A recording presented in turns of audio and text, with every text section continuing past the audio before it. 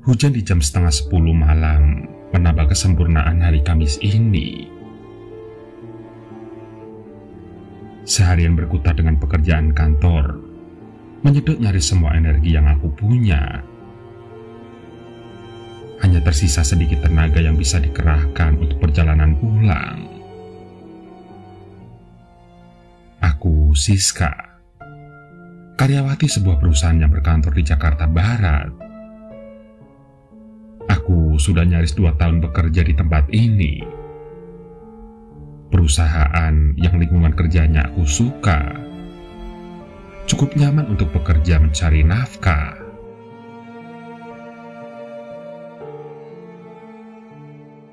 Rumahku di daerah Rempoa, Jakarta Selatan. Bersama ibu dan adik, aku tinggal di rumah yang sebenarnya terlalu besar bagi kami. Ayah sudah tiada sejak aku masih kecil. Dan kakak satu-satunya tinggal di luar kota bersama suami dan anaknya. Sebenarnya, jarak rumah ke kantor tidak terlalu jauh.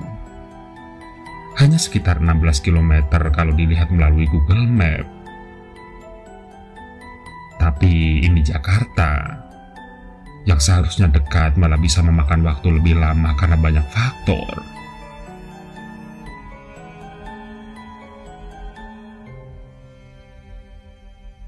Aku pengguna transportasi umum, Transjakarta atau masih sering disebut busway, dan angkot jadi tempuan setiap hari.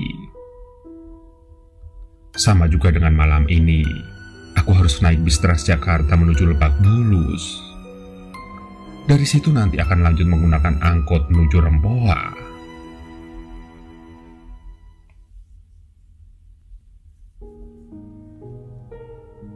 Sudah nyaris jam 10. Aku masih di lobi gedung menunggu hujan deras berhenti, atau setidaknya mereda. Dasar aku, di waktu yang sepertinya mulai masuk musim penghujan ini, malah tidak bawa payung.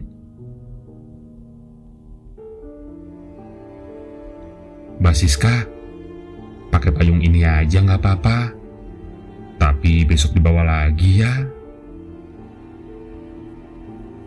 Pak Andi security tiba-tiba sudah berdiri di sampingku menawarkan payungnya dengan senyum sumringah. Tidak Pak, terima kasih. Bentar lagi juga berhenti hujannya, jawabku sambil tersenyum.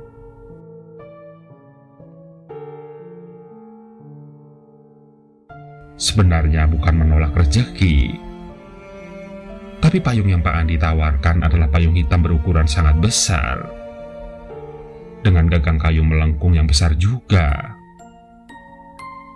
Aku berpikir besok membawanya akan repot.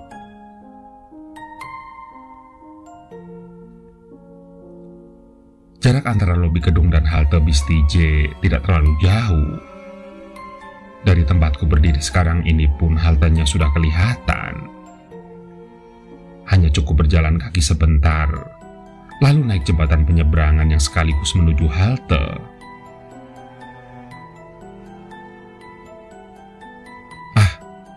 Akhirnya reda. Aku bergumam sendiri melihat hujan yang berkurang intensitasnya.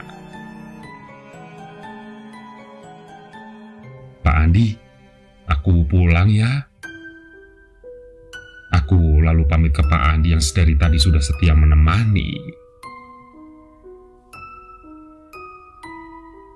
Setengah berlari, aku kemudian menuju gerbang gedung, lanjut ke jembatan penyeberangan. Untunglah jembatannya memiliki atap, aku jadi tidak kehujanan. Sialnya, gerimis ternyata hanya sebentar, dan seketika berubah lagi menjadi hujan yang sangat deras. Aku yang sudah berdiri di depan loket bisa bersyukur karena sudah berada di tempat aman dari hujan.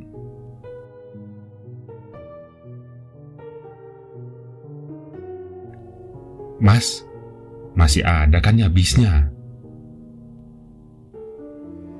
Sudah jam 10 lewat. Aku memastikan lagi mengenai keberadaan bis dengan bertanya kepada mas petugas. Karena di aplikasi ponsel tidak terlihat ada bis yang mendekat. "Masih ada, Mbak. Silakan ditunggu saja ya," jawab mas petugas. Aku pun lega mendengarnya.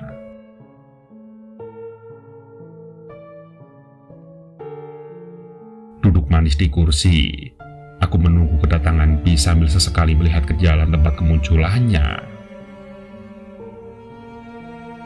Jam 10:30 lewat sedikit, hati mulai gundah gulana karena bis belum juga muncul. Sementara hujan masih saja deras turunnya.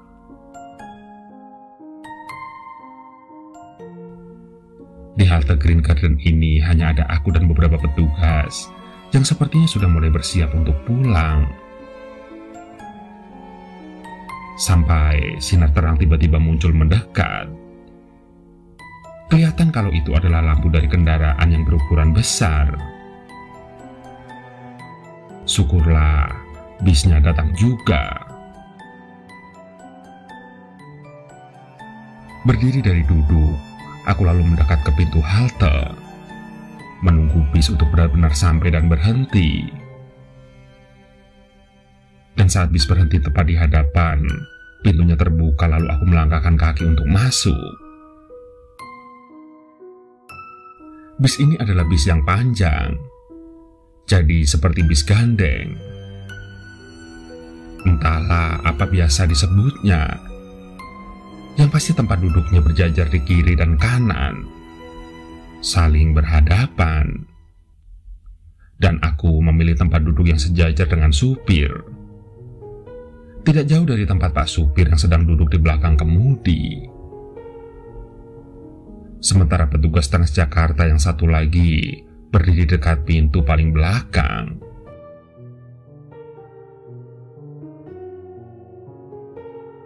Bis mulai berjalan perlahan meninggalkan halte. Sementara hujan masih turun cukup deras.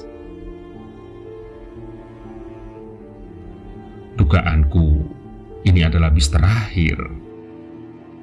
Terlihat dari penumpangnya yang sangat sedikit. Aku menghitungnya, hanya ada 4 orang selain aku. 3 laki-laki di badan bis belakang, 1 perempuan duduk di kursi yang berseberangan denganku. Kursi khusus penumpang wanita. Dan seperti biasanya, lampu di dalam menyala terang. Dengan begitu, aku dapat melihat dengan jelas ke setiap bagian bis.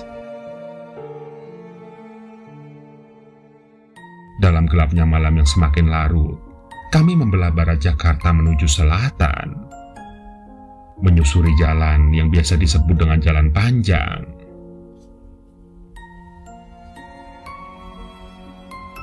Ponsel di tangan menjadi fokusku untuk menghabiskan waktu.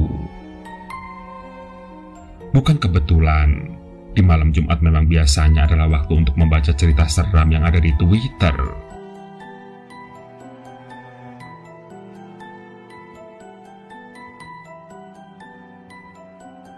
Bis semakin kosong, karena 2 dari 4 penumpang sudah turun.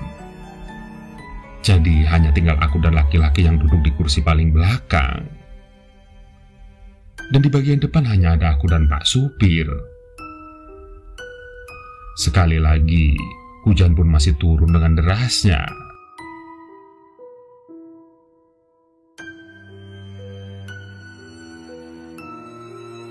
Nyaris sudah setengah perjalanan dan beberapa halte pemberhentian sudah terlewati. Aku masih fokus membaca cerita horor. Tapi ternyata pada saat inilah ada peristiwa seram yang mulai terjadi. Ketika mata masih terus ke layar ponsel, tiba-tiba seperti ada sesuatu yang mengganggu perasaan. Posisi bis sedang berhenti di halte salah satu rumah sakit. Entah kebetulan atau bagaimana, tapi saat itu bis berhenti cukup lama. Tidak seperti biasanya.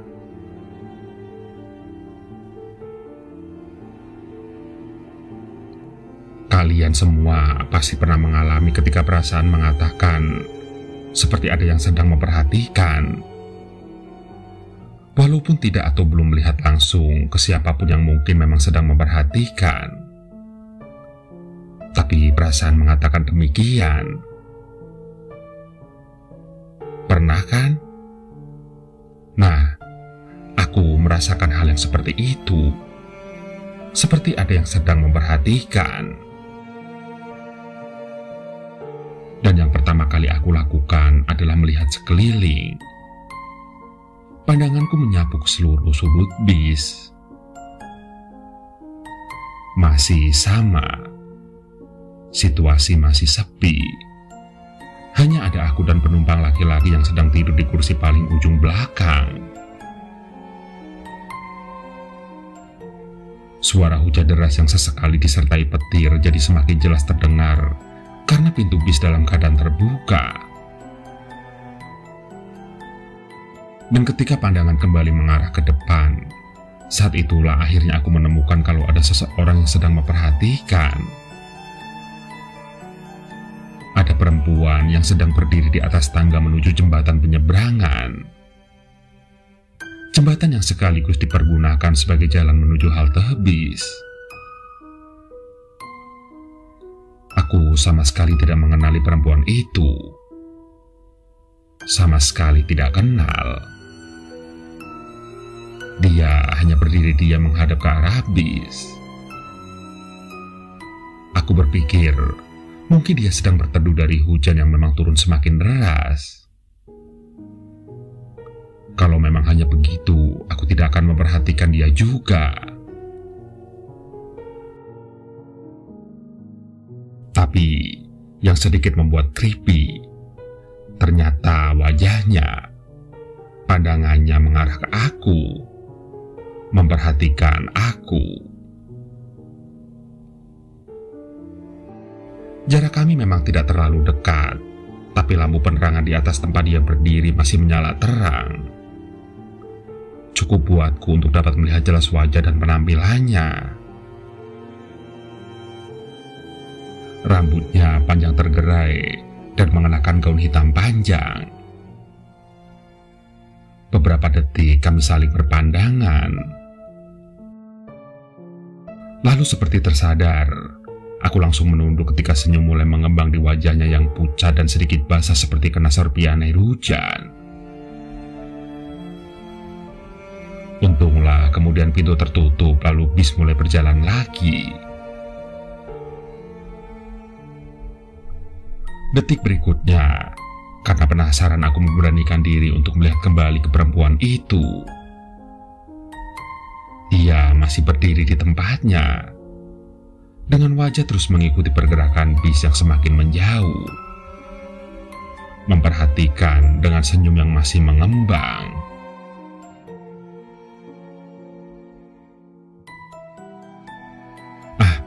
Bukan apa-apa. Mungkin itu hanya perempuan yang mengira kalau aku kenal dengannya. Itu yang ada di pikiran. Mencoba untuk menghilangkan rasa cemas yang mulai timbul. Singkat cerita, tidak berapa lama kemudian bis kembali berhenti di halte ITC Permata Hijau. Tapi kali ini bis berhenti hanya sebentar. Karena memang tidak ada penumpang yang naik ataupun turun. Namun, walaupun hanya beberapa belas detik berhenti, ada kejadian aneh lagi. Aku melihat sesuatu. Tidak persis di hadapanku, tetapi pintu bis yang berada di depan tempat aku duduk memiliki kaca. Dari kaca itu dapat kelihatan keadaan luar. Nah, melalui kaca itulah aku melihat sesuatu. Seseorang. Iya, aku melihat perempuan itu lagi. Perempuan yang tadi berdiri di tangga halte. Penampilannya sama persis dan kali ini penerangan tidak sebagus ketika pertama kali melihat dia. Tapi dalam remang, Aku yakin kalau itu adalah orang yang sama. Dia berdiri di bawah pohon di atas separator jalan, diam di bawah derasnya hujan yang masih turun cukup deras. Sekali lagi, dia berdiri memperhatikan. Sekilas aku dapat melihat senyum di wajahnya. Namun hanya beberapa detik kemudian bis kembali berjalan. Kecemasan semakin membuncah. Rasa takut mulai timbul. Tapi tetap saja aku memaksa otak untuk mengusir pikiran seram di kepala.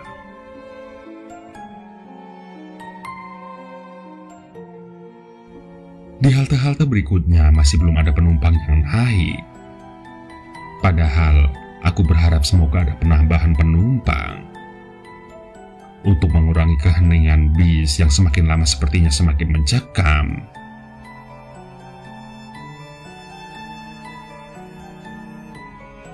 Terlihat Mall Gandaria City masih kelihatan ramai. Sepertinya karena bertepatan dengan jam pulang para karyawannya. Tidak lama setelah mall, bis mulai masuk underpass terowongan bawah yang agak panjang. Di tengah-tengah terowongan, tiba-tiba lampu di dalam bis mati total. Entah kenapa. Seketika itu juga keadaan menjadi gelap gulita. Tapi hanya beberapa detik dan setelahnya lampu kembali menyala. Dan ketika lampu kembali menyala, aku kembali terkejut dan ketakutan. Dari sudut mata sebelah kiri, aku melihat ada penumpang baru. Dia sedang duduk di ujung belakang. Refleks aku langsung menoleh ke belakang. Dan ternyata perempuan bergaun hitam itu sedang duduk di kursi belakang, berdekatan dengan penumpang laki-laki yang sedang tertidur pulas. Dia duduk dalam diam. Kali ini wajahnya menghadap ke depan, ke jalan raya, tidak sedang memperhatikan aku. Sontak saja aku pun ketakutan, karena aku sangat yakin kalau sebelum insiden lampu mati tadi tidak ada satupun penumpang yang naik. Jantung berdegup kencang, ketakutan. Tapi aku masih mampu bergeser posisi duduk untuk lebih dekat lagi ke Pak Supir. Aku tidak berani melihat lagi ke belakang. Aku arahkan pandangan terus ke depan, ke jalan raya yang masih saja terguyur hujan.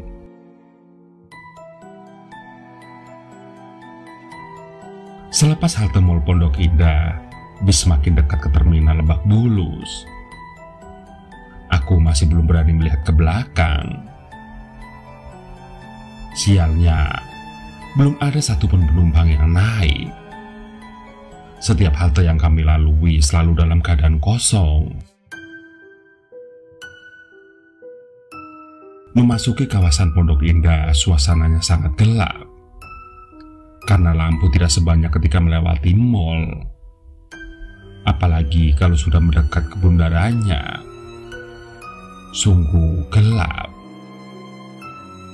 Ketika keadaan di luar gelap itulah, walaupun tidak secara langsung, tapi aku dapat melihat isi bis dari pantulan kaca depan sampai ke bagian paling belakang. Ketika melihat pantulan dari kaca, aku mulai menangis pelan, ketakutan, dan merinding sekujur badan. Dari pantulan kaca, aku melihat kalau perempuan itu ternyata masih ada di dalam bis, tapi sudah berpindah tempat. Dia duduk lebih mendekat ke tempatku, persis di samping pintu keluar. Dan jarak kami hanya beberapa meter, dipisahkan oleh beberapa kursi dan pintu. Sekelebatan, aku melihat dia tetap duduk diam menghadap lurus ke depan, Perlahan dari Pondok Indah ke terminal Lebak Bulus yang tidak terlalu jauh, terasa menjadi sangat panjang. Akhirnya, bisa sampai di tujuan akhir terminal Lebak Bulus. Aku belum berani melihat ke belakang. Kemudian nekat menggedor sekat pembatas yang memisahkan penumpang dengan kabin pengemudi. "Pak, aku boleh keluar dari pintu ini aja, Pak?" Sambil menangis, aku meminta izin Pak supir untuk turun melalui pintunya. Syukurlah beliau mengizinkan. Aku pun langsung masuk ke dalam kabin. "Ada apa, Mbak?" tanya Pak supir. "Saya takut, Pak. Ada penumpang serem," jawabku pendek sembali bergemetar. Lalu, aku keluar dan berjalan meninggalkan bus. Setelah sedikit sudah menjauh, aku memberanikan diri untuk melihat ke belakang ke arah bis. Dan benar saja, perempuan itu masih di sana. Dia berdiri di depan pintu memperhatikan aku sambil tersenyum. Begitulah. Itu adalah salah satu pengalaman horor yang paling seram yang pernah aku lewati.